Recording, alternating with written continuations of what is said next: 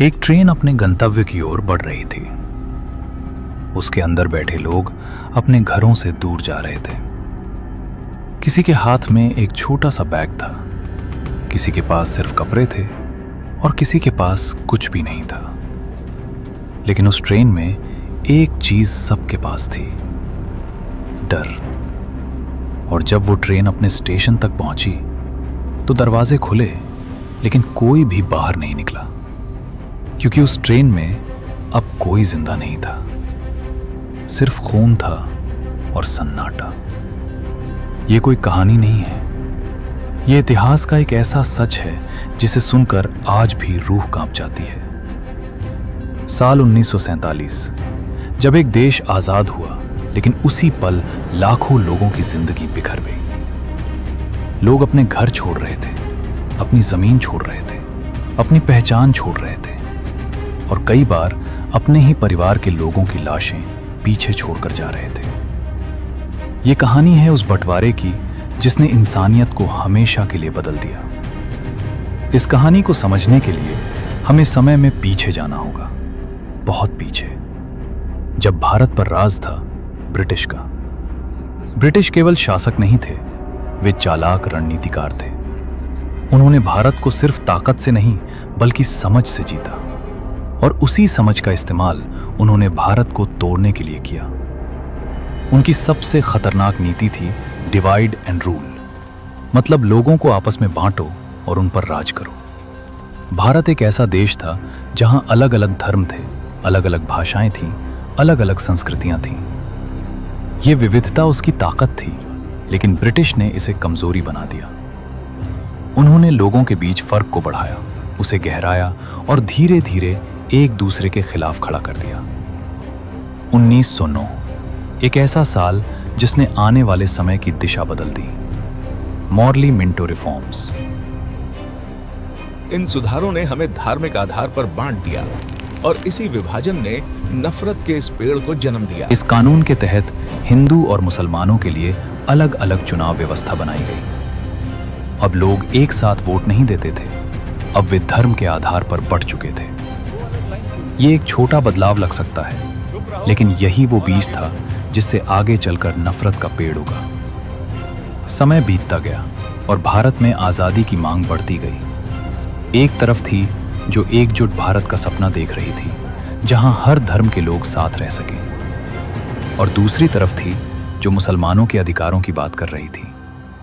शुरुआत में दोनों के बीच सहयोग था, लेकिन धीरे धीरे उनके रास्ते अलग होने लगे। अविश्वास बढ़ने लगा और राजनीति धर्म के नाम पर बंटने लगी। इसी समय एक व्यक्ति सामने आया जिसने इतिहास की दिशा बदल दी। जिन्ना पहले हिंदू मुस्लिम एकता के समर्थक थे, लेकिन समय के साथ उनका नजरिया बदल गया। उन्होंने कहा, हिंदू और मुसलमान दो अलग राष्ट्र हैं। उनकी सोच अलग है, उनकी संस्कृति अलग है, उनका जीवन अलग है, और इसलिए वे एक साथ नहीं रह सकते।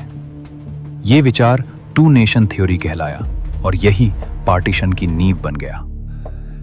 लेकिन ये सब सिर्फ विचार तक सीमित नहीं रहा, ये जल्द ही हकीकत बन गया। 16 अगस्त 1946, कलकत्ता। एक दिन जिसे इतिहास में डायरेक्ट एक्शन डे के नाम से जाना गया। उस दिन सड़कों पर भीड़ थी, लोग नारे लगा रहे थे, लेकिन कुछ ही घंटों में स्थिति बदल गई और फिर खून बहना शुरू हुआ। 4 दिनों तक शहर जलता रहा, लोग एक दूसरे को मारते रहे। कोई धर्म नहीं देख रहा था, कोई इंसानियत नहीं बची थी, सिर्फ नफरत थी और बदले की आग। हजारों लोग मारे गए, सैकड़ों घर जला दिए गए और पूरा शहर एक युद्ध भूमि बन गया। यह सिर्फ एक दंगा नहीं था, यह एक संकेत था कि आने वाला समय और भी भयानक होने वाला है। अब ब्रिटिश सरकार समझ चुकी थी कि भारत पर राज करना अब संभव नहीं है, उन्हें जाना होगा। लेकिन सवाल यह था, कैसे? इस जिम्मेदारी के लिए भारत भेजा गया। उनका काम था सिल रेडक्लिफ को, जो शांति से सत्ता का हस्तांतरण करना। लेकिन स्थिति उनके हाथ से बाहर जा रही थी। दंगे बढ़ रहे थे, लोग मर रहे थे और समय बहुत कम था। इसलिए एक जल्दबाजी में फैसला लिया गया, भारत को जल्दी आजाद करने का। लेकिन ये जल्दबाजी सबसे बड़ी गलती साबित हुई। अब सबसे बड़ा सवाल था देश को कैसे बांटा जाए।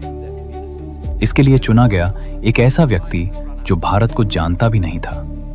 उसे सिर्फ कुछ हफ्तों का समय दिया गया पूरे देश को बांटने के लिए। उसने नक्शा देखा और एक लाइन खींच दी, जिसे आज हम रेड क्लिफ लाइन कहते हैं। लेकिन यह सिर्फ एक लाइन नहीं थी, ये एक ऐसी लकीर थी जिसने लाखों जिंदगियों को काट दिया। गांव बंट गए, परिवार टूट गए और लोग अचानक अजनबी बन गए। और फिर शुरू हुआ इतिहास का सबसे बड़ा पलायन। लाखों लोग अपने घर छोड़ने लगे। कोई पैदल चल रहा था, कोई ट्रेन में था, कोई बैलगाड़ी में। हर कोई बस एक सुरक्षित जगह की तलाश में था। लेकिन उन्हें नहीं पता था कि उनका सफर कभी खत्म भी होगा या नहीं, क्योंकि ये सिर्फ एक यात्रा नहीं थी, ये एक भाग दौड़ थी जिंदगी और मौत के बीच। जैसे जैसे लोग आगे बढ़ रहे थे, वैसे वैसे हालात और खराब होते जा रहे थे। सड़कों पर भीड़ थी, चारों तरफ अफरा तफरी थी। लोग चिल्ला रहे थे, रो रहे थे, भाग रहे थे। हर किसी को सिर्फ एक ही डर था कि कहीं वो अगला शिकार न बन जाए। और फिर जो हुआ वो इतिहास के सबसे भयानक दृश्यों में से एक बन गया। ट्रेनों को लोगों को सुरक्षित जगह तक पहुंचाने के लिए चलाया गया था, लेकिन वही ट्रेनें मौत का सफर बन गईं। कई बार जब कोई ट्रेन अपने स्टेशन तक पहुंचती थी तो लोग उम्मीद करते थे कि उनके अपने लोग उसमें होंगे, लेकिन दरवाजे खुलते थे और अंदर सिर्फ लाशें होती थी। पूरा डिब्बा खून से भरा होता था। बच्चे, माएं, बूढ़े, कोई नहीं बचता था। यह दृश्य इतना भयानक था कि लोग उसे देखकर सदमे में चले जाते थे। इन ट्रेनों को बाद में एक नाम दिया गया, ट्रेन्स ऑफ डेथ। यह सिर्फ एक घटना नहीं थी, ये बार बार हो रहा था।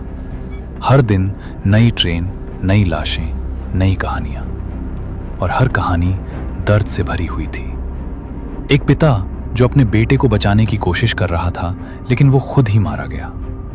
एक मां जो अपने बच्चे को छुपा रही थी, लेकिन वो भी बच नहीं सकी।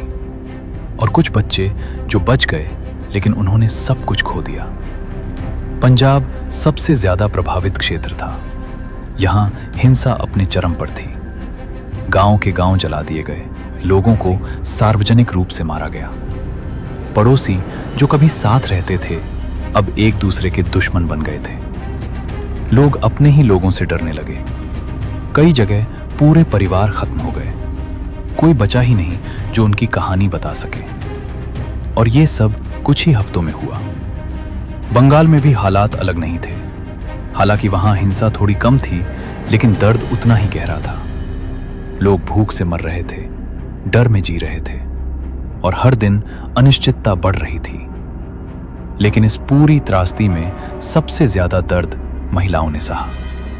हजारों महिलाओं का अपहरण हुआ, उनके साथ अत्याचार किया गया, उन्हें जबरदस्ती धर्म बदलने पर मजबूर किया गया। कई महिलाओं ने अपनी इज्जत बचाने के लिए खुद को मार लिया। कुछ ने कुओं में कूदकर जान दे दी। यह दर्द इतना गहरा था कि आज भी उसकी गूंज सुनाई देती है। और जो महिलाएं बच गईं, उनके लिए भी जिंदगी आसान नहीं थी। जब वे वापस आईं तो समाज ने उन्हें स्वीकार नहीं किया। उन्हें अपने ही घरों में पराया समझा गया। ये पार्टीशन का वो पहलू है जिसके बारे में बहुत कम बात होती है। इस बीच नेताओं ने हालात संभालने की कोशिश की, दंगों के बीच गए, लोगों से शांति की अपील की। उन्होंने कहा, हिंसा का रास्ता छोड़ दो, लेकिन उनकी आवाज हर जगह नहीं पहुंच पाई। गांधी जी शांति की कोशिश कर रहे थे, नेहरू ने देश को संभालने की कोशिश की, लेकिन स्थिति उनके नियंत्रण से बाहर थी। अब लाखों लोग शरणार्थी बन चुके थे। वे अपने घरों से दूर अजनबी जगहों पर थे। रेफ्यूजी कैंप्स बनाए गए, लेकिन वहां न पर्याप्त खाना था, न पानी। बीमारियां फैलने लगीं, लोग मर रहे थे, और जो बच रहे थे वे भी संघर्ष कर रहे थे। एक आदमी जो कभी अपने खेत का मालिक था, अब एक लाइन में खड़ा था रोटी के लिए। एक महिला जो अपने घर की रानी थी, अब एक टेंट में रह रही थी। और एक बच्चा जिसने कभी स्कूल देखा था, अब सड़कों पर भटक रहा था। यह सिर्फ एक देश का बंटवारा नहीं था, यह इंसानियत का टूटना था। और इसका असर सिर्फ उस समय तक सीमित नहीं रहा। इसने जन्म दिया एक स्थायी दुश्मनी को, भारत और पाकिस्तान के बीच। कश्मीर का विवाद, युद्ध, तनाव, ये सब उसी बंटवारे का परिणाम था। और आज भी उसके निशान दिखाई देते हैं। कहते हैं भारत आजाद हुआ, लेकिन उस आजादी की कीमत बहुत भारी थी। लाखों लोग मारे गए, करोड़ों लोग बेघर हो गए, और जो बच गए वे कभी पहले जैसे नहीं रहे। उनकी आंखों में हमेशा के लिए एक डर बस गया। उनकी यादों में हमेशा के लिए वो दर्द रह गया। ये सिर्फ इतिहास नहीं है, ये एक जख्म है जो आज भी भरा नहीं है, और शायद कभी पूरी तरह भरेगा भी नहीं। इतिहास सिर्फ बीते हुए समय की कहानी नहीं होता, ये उन जख्मों की गूंज होता है जो आज भी हमारे बीच जिंदा है। 1947 का वो बंटवारा सिर्फ एक सीमा नहीं था, बल्कि इंसानियत के दिल पर लगा एक गहरा घाव था। लाखों लोग जिनकी कहानियां कभी लिखी नहीं गई, लाखों आंसू जो कभी देखे नहीं गए, और आज भी उनकी यादें हमारे इतिहास के पन्नों में जिंदा है। अगर आप चाहते हैं कि ऐसी सच्ची, गहरी और अनसुनी कहानियां आप तक पहुंचती रहें, तो इस चैनल को सब्सक्राइब जरूर करें, क्योंकि यहाँ हर कहानी सिर्फ बताई नहीं जाती, उसे महसूस कराया जाता है। ये है वृत्तांत बाय पीयूष, जहाँ इतिहास सिर्फ पढ़ा नहीं जाता, जिया जाता है।